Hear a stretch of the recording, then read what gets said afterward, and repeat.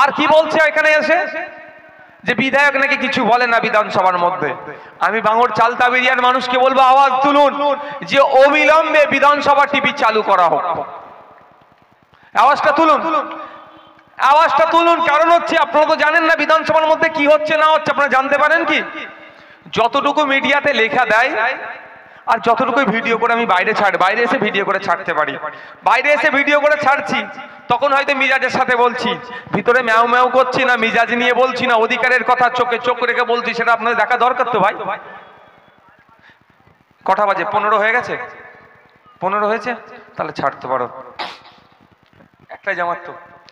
তো আপনাদের যেটা বলছিলাম, আমি বিধায়ক, আপনারা আমাকে ভোটে জিতিয়েছেন, আমার কাজটা আমি ওখানে গিয়ে ঠিকঠাক করছি কি করছি না আপনাদের জানা দরকার তো। কিভাবে জানবেন? হ্যাঁ, আমি আমার ফেসবুকে আমার অ্যাডমিনদের পক্ষ থেকে পোস্ট করিয়ে দিই, ঠিক আছে, আলাদা জিনিস, that is another matter. But আমি ওখানে কি করছি, আমার পারফরমেন্স কি, ইনসাইড অফ হাউস আমার পারফরমেন্স কি, আমি আপনাদের জন্য কি কি বলছি না বলছি এগুলো জানা দরকার তো নাকি। তার জন্য জানবেন কিভাবে, লোকসভায় যেমন টিভি আছে, কোন এমপি কি বলছেন না বলছেন সরাসরি আপনারা দেখতে পাবেন ঘরে বসে। ঠিক আপনাদের বলছি আওয়াজ তুলুন মায়েরা, বাপেরা, বোনেরা, ভাইয়েরা, আওয়াজ তুলুন যে অবিলম্বে বিধানসভা টিভি চালু করতে হবে। আর কার দেখা কার না দেখা, ভাঙড়ের বিধায়ক ভাঙড় সহ রাজ্যবাসীর জন্য কি বলছে আমরা দেখতে চাই। দেখতে পাবে যে আপনারা ভোট দিয়ে পাঠিয়েছেন, ভেতরে গিয়ে ম্যাও ম্যাও করছি না, চোখে চোখ রেখে কথা বলছি, আপনাদের দেখা দরকার তো। আমি কি করেছি গিয়ে, আমি এখানে ঘুরে দেখেছিলাম, এখানে বিধবা ভাতা নিয়ে, বার্ধক্য ভাতা নিয়ে প্রচুর সমস্যা, এখানে আবাস যোজনা নিয়ে প্রচুর সমস্যা, কনসার্ন ডিপার্টমেন্টে আমি সেগুলোকে জানিয়েছি। আমি এখানে ভাঙড়ে দেখলাম কি, কংক্রিটের ব্রিজ কিছু আছে সেগুলো দুর্বল হয়ে আছে, যে কোনো টাইম ভেঙে পড়বে। শানপুকুর থেকে শুরু করে চালতাবেড়ি এখানে যেগুলো আছে, বা ভাঙড় 1 নম্বর ব্লকে বড়ালিঘাটের ব্রিজ, সোনপুর ব্রিজ, সেইগুলো আমি মিনিস্টারকে একাধিকবার সেখানে জানাচ্ছি বিধানসভায় স্পিকারের মাধ্যমে, যে কংক্রিটের ব্রিজগুলো যেগুলো ভেঙে পড়তে চায় সেগুলো সংস্কার করা হোক, আর যেগুলো কাঠের ব্রিজ আছে, বাঁশের দায়ে তৈরি আছে, সেইগুলোকেও কংক্রিটে নির্মাণ করা হোক। এটা বলছি আপনারা জানবেন কি করে, ওখানে বিধানসভা টিভি আছে, যদি থাকতো তাহলে জানতে পারতেন। এগুলো জানানো আপনার দরকার। আপনাদের জন্য কি বলছি, অল্প কয়েকটা কথা বলবো। আমি ভাঙড়ে ঘুরে দেখেছি, ভাঙড়ের জনসংখ্যার অনুপাতে শিক্ষা প্রতিষ্ঠান নাই, আর শিক্ষা প্রতিষ্ঠান যে কটা আছে তার ছাত্রছাত্রীর অনুপাতে শিক্ষক নাই, সে কথাও আমি বিধানসভার মধ্যে উত্থাপন করেছি। আমি মন্ত্রীকে বলেছি অবিলম্বে ভাঙড়ে একটা কলেজ আর একটা দিতে হবে, এবং যে শিক্ষা প্রতিষ্ঠান আরো বাড়াতে হবে, আর বর্তমানে যে শিক্ষা প্রতিষ্ঠানগুলো আছে তাতে আরো বেশি বেশি করে টিচার নিয়োগ করতে হবে, সেটা আমি বিধানসভার মধ্যে বলেছি। আমার কাজটা কি, আমি তো এনে তো ঢুকাতে পারবো না, আমার তো সেই পাওয়ারটা নয়। আমার কাজ কি হবে, আইনসভার মধ্যে গিয়ে আপনারা আমাকে যে কারণে নির্বাচিত করেছেন সেটা সেখানে বলা। কেন আপনারা নির্বাচিত করেছেন, আপনাদের সুখ দুঃখ, চাওয়া পাওয়া, অভাব অভিযোগ, স্কুল নেই, মাস্টার নেই, টিচার নেই, আপনার লাইব্রেরি খারাপ, এইগুলো ওখানে গিয়ে বলা, যারা শাসকে আছে তারা এটাকে সমাধান করে দেওয়া। যদি শাসকে থাকতাম বলতাম এবং সাথে সাথে সমাধানও করে দিতে পারতাম। শাসকে নেই, এখন বিরোধীতে, ওই জন্য সেখানে বলছি শাসকের কাজ হবে এটাকে সমাধান করে দেওয়া। কিন্তু অপদার্থ প্রতিহিংসা পরায়ণ সরকার শুধু শুনছে, সমাধান করছে না। তবে আমাদেরকে জবাব আগামী দিনে দিতে হবে, আমাদের সাথে যে অন্যায় হচ্ছে জবাব আগামী দিনে দিতে হবে। যেটা বলছিলাম, শাসকও বলছে মানব সেবা করব, আমরাও বলছি মানব সেবা করব, তাহলে এটা তো সামাজিক একটা কাজ, এটা করতে গেলে ডিস্টার্ব করছে কেন শাসক? আমি আপনাদের বলি বন্ধু, আপনারা চোখ কান খুলে রাখুন। এরা মানব সেবার নামে নিজের সেবা, দেশ সেবার নামে নিজের পরিবারের সেবা করছে, ফলত এদের সাথে মানুষের ডিটাচ আছে। এরা মানুষকে ভয় দেখিয়ে চমকে যতটুকু রাখতে পারে রাখবে, আর কারাও যখন সামাজিক কোনো প্রোগ্রাম করতে চাইছে তাদেরকে ডিস্টার্ব করছে। আমি তো ওপেন চ্যালেঞ্জ করছি, আমি আহ্বান করছি, আসুন না আমাদের মধ্যে রাজনৈতিক রেসারেসির সাথে সাথে আমরা মানুষকে কি পরিষেবা দিতে পারি তার রেসারেসি হোক। আইএসএফ এর পক্ষ থেকে ভাঙড় বিধানসভায় রক্তদান মহা উৎসব হচ্ছে, টানা 10 দিন রক্তদান শিবির হচ্ছে। আপনারা আসুন, আপনারা ভাঙড় বিধানসভাতে টানা 20 দিন রক্তদান শিবির করে এই চ্যালেঞ্জ গ্রহণ করুন।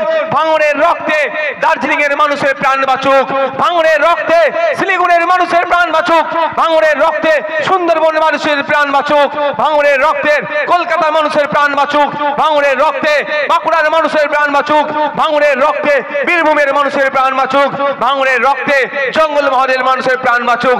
এই রেসার্চি আমাদের মধ্যে হোক না, সেটা দেখতে পাচ্ছি না। কিভাবে বন্ধ করা যায় সে অপচেষ্টা চালাচ্ছে, কিভাবে আটকানো যায় সে অপচেষ্টা চালাচ্ছে, কিন্তু ওরা 10 দিন করেছে আইএসএফ, আমরা 20 দিন করে দেখাবো, সে চ্যালেঞ্জ গ্রহণ করছে না। করবে কি করে? জনগণ সাথে থাকলে তো হবে। যা কয়েকটা আছে ভয় ভীতি দেখিয়ে আছে। হ্যাঁ, আমাদের দল থেকে অস্বীকার করব না, কিছু কর্মী সমর্থককে ভয় দেখিয়ে নিয়ে গিয়েছে, অনেকে আবার তার মধ্যে জেলও খেটেছে, কারণে অনেকে কেসও আছে। সেই ভাইরা কিছু করার নেই, ভয়ে গিয়েছে, তাকেও আমি মন থেকে ভালোবাসি। কি করব, মন থেকে তো ফেলে দিতে পারি না। অনেকে এই লড়াইটাকে সামনে থেকে নিতে পারছে না, সেই জন্য তারা ভয়ে এখন চুপ করে আছে। তবে ভোট কিন্তু আমাদের, ভোট আমাদের, যেই যে ঝান্ডা ধরুক না কেন, ভোট আইএসএফে আসবে। আপনারা জানেন আজকে রক্তদান সাথে সাথে আমরা আমাদের যারা কন্টেস্ট করেছেন, যাদের কেস আছে এবং যারা পরাজিত হয়েছে এবং যারা বিজেতা হয়েছেন, প্রত্যেককেই আমরা আমাদের পক্ষ থেকে সংবর্ধিত করেছি। সাথে সাথে যারা গণতন্ত্রকে রক্ষার জন্য শাসকের রোষের শিকার হয়ে মিথ্যা কেস খেয়ে মিথ্যাভাবে অন্যায়ভাবে অ্যারেস্ট করে যাদেরকে জেল খাটিয়েছিল, প্রত্যেককে আমরা সংবর্ধিত করেছি। আমি গর্বিত, বা আমি বলবো ভাইদেরকে, কেন স্টেজে নিয়ে এসে আমি যারা জেল কেটে এসেছে, জামিন করিয়েছে, তাদেরকে মালা পড়ালাম, ব্যাচ পড়ালাম। কারণ হচ্ছে আজকে ওরা চুরির দায়ে জেলে আছে, আর আমাদের ভাইরা চুরি বন্ধ করার জন্য জেল কেটেছে। এরা তো বীর। বীর ওটা নয় যে কয়লা চুরি করে, বীর ও নয় যে গরু পাচার করে, বীর ও নয় যে বালি চুরি করার সাথে যুক্ত, বীর ও নয় যে চাকরি বিক্রি করে। বীর সে আমাদের চোখে যে চাকরি বিক্রি বন্ধ করার জন্য জেল কেটেছে, যে কয়লা চুরি বন্ধ করার জন্য জেল কেটেছে, যে বালি চুরি বন্ধ করার জন্য জেল কেটেছে, যে মিড ডে মিলের বাচ্চাদের খাবার চুরি করছে হচ্ছে কেন, এটা বন্ধ করার জন্য জেল কেটেছে, যে রেশন দুর্নীতি হচ্ছে কেন, এটা বন্ধ করার জন্য যারা জেল কেটেছে, আমাদের চোখে তারা বীর। সেই জন্য সেই একাধিক বীরকে স্টেজে তুলে আমরা তাদেরকে সংবর্ধিত করেছি। আজকে দুঃখ লাগে, রক্তদান শিবির হচ্ছে, বন্ধ করতে হবে। যারা বন্ধ করার অপচেষ্টা চালাচ্ছেন সারা ভাঙড় জুড়ে, তাদের উদ্দেশ্যে বলছি, তাদেরও পরিবারের কোনো সময় যদি রক্তের প্রয়োজন হয়, আমাদের বুথ লেভেলের একটা নেতার সাথে যোগাযোগ করবেন, তৎক্ষণিক রক্তের ব্যবস্থা করে দেবে। সে তৃণমূল হতে পারে, তো কি হচ্ছে, আমাদের কোনো সমস্যা নাই। আর এটাও দায়িত্ব নিয়ে বলছি, রক্তের প্রয়োজন হলে এখন নতুন কি তৃণমূলে একটা অবজারভার দিয়েছেন এখানে, যাকে ন্যাশনাল হিউম্যান রাইটস কমিশন বলছে নটোরিয়াস ক্রিমিনাল, যাকে মমতা ব্যানার্জি বলছে তুই তো বোমবাদিস, তাকে আবার ভাঙড়ের অবজারভার করেছে।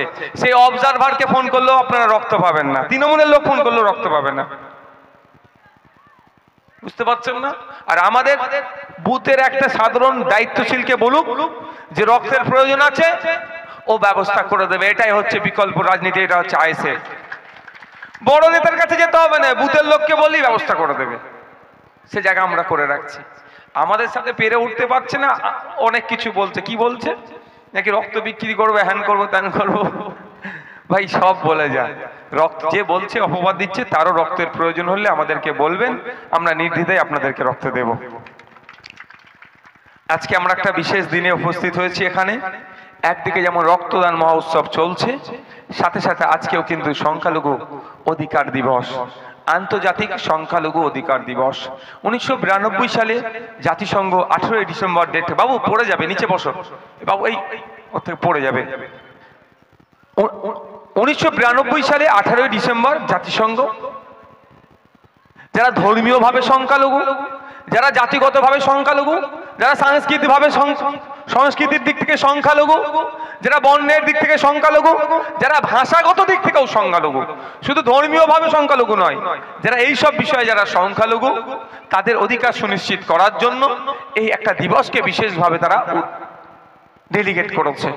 তো আজকের এই দিনে দাঁড়িয়ে আপনাদের বলি, যারা আমরা ধর্মীয়ভাবে সংখ্যালঘু আছি, যারা ভাষাগতভাবে সংখ্যালঘু, যারা জাতিগতভাবে সংখ্যালঘু, যারা বর্ণগতভাবে সংখ্যালঘু, বিভিন্ন সময়ে তারা বিভিন্নভাবে তাদের অধিকার থেকে হনন হচ্ছে, তাদের অধিকার থেকে তারা বঞ্চিত হচ্ছে। আজকের এই দিনে দাঁড়িয়ে আমাদের আওয়াজ তুলতে হবে। শুধু সংখ্যালঘু দিবসের শুভেচ্ছা জানালে সমাধান হয় না, তুলতে হবে যারা ধর্মগত সংখ্যালঘু, তাদের ধর্মীয় ভাবাবেগে আঘাত হচ্ছে যখন শাসক চুপ করে আছে কেন? যারা ভাষার দিক থেকে সংখ্যালঘু, আমি দেখছিলাম বিভিন্ন ভাবে বিভিন্ন এতে, হয়তো আমার সাথে অনেকে মত নাও হতে পারে, যারা বাংলা বলে না, যাদের মাদার টাং অন্য কোনো ল্যাঙ্গুয়েজ আছে, তাদের উপরে কেন একটা দমনপীড়ন নীতি হচ্ছে, ওর বিরুদ্ধে আইএসএফ আছে। কারণ তাদের জন্মগতভাবে তাদের মাতৃভাষাকে উনিদের উপেক্ষা করা যায় না। আমরা দেখেছি যাদের বর্ণগতভাবে যারা সংখ্যালঘু, তাদের উপরে নিপীড়ন হচ্ছে, উৎপীড়ন হচ্ছে, সেটাও বন্ধ করতে হবে। তাই আজকে এই দিনে দাঁড়িয়ে ইন্ডিয়ান সেকুলার ফ্রন্টের পক্ষ থেকে কেন্দ্র সরকার, রাজ্য সরকারের কাছে আমি জানাতে চাই, শুধুমাত্র সংখ্যালঘু দিবস উদযাপনের নামে একটা ব্যানার করে ছেড়ে দিলেন, এতে চলবে না। যারা ভাষাগত দিক থেকে সংখ্যালঘু, তাদেরকে সুরক্ষা দিতে হবে। যারা ধর্মীয়ভাবে সংখ্যালঘু, তাদের অধিকার সুনিশ্চিত করতে হবে। যারা বর্ণগতভাবে সংখ্যালঘু, তাদের সুরক্ষা এবং অধিকার সুনিশ্চিত করতে হবে। এভাবে যারা বিভিন্নভাবে সংখ্যালঘু, জাতিসংঘ 1992 সালে যে লক্ষ্য নিয়ে আন্তর্জাতিক সংখ্যালঘু দিবস উদযাপন করছে, আমাদের সেটা অক্ষরে অক্ষরে পালন করতে হবে। কিন্তু বন্ধুগণ, দুঃখের বিষয় আমরা কি দেখছি, যার অর্থ আছে সে সবকিছু ফ্যাসিলিটি পেয়ে যাচ্ছে, যারা আর্থিকভাবে দুর্বল, সে সংখ্যালঘু ধর্মীয়ভাবে হতে পারে, বর্ণগতভাবে হতে পারে, ভাষাগত হতে পারে, জাতিগতভাবে হতে পারে, তারা কিন্তু ক্রমশ বঞ্চিত হয়ে যাচ্ছে। তাই আজকে এই দিনে দাঁড়িয়ে আমাদেরকে শপথ গ্রহণ করতে হবে, আমরা প্রত্যেকে ভারতীয়, আমাদের অধিকার আমাদেরকে বুঝিয়ে দিতে হবে। ভিক্ষা নয়, অধিকার চাই। ওই 500,000 টাকা দিয়ে ভুল বুঝিয়ে রাখলে হবে না। 500,000 টাকা আপনাকে দিচ্ছে, আপনি যখন জিরানগাছা হসপিটালে যাচ্ছেন ট্রিটমেন্ট করতে, আপনি ট্রিটমেন্ট পাচ্ছেন না, ফলে বেসরকারিতে ছুটে যেতে হচ্ছে, না হলে টাকা খরচ করে কলকাতার আরজি কর থেকে শুরু করে চিত্তরঞ্জনে গিয়ে আপনাদের ট্রিটমেন্ট করতে হচ্ছে। মায়েদের বলবো, বোনেদের বলবো, আওয়াজ তুলুন। 500,000 পরে হবে। আপনাদের বিধায়ক বিধানসভার মধ্যে যেমন আওয়াজ তুলেছে যে আপনার এখানে জিরানগাছা হসপিটাল এবং নলমুড়ি হসপিটালকে উন্নত মানের করতে হবে, সুপার স্পেশালিটি করতে হবে, এই আওয়াজটাও আপনারা তুলুন। 500,000 পরে হবে।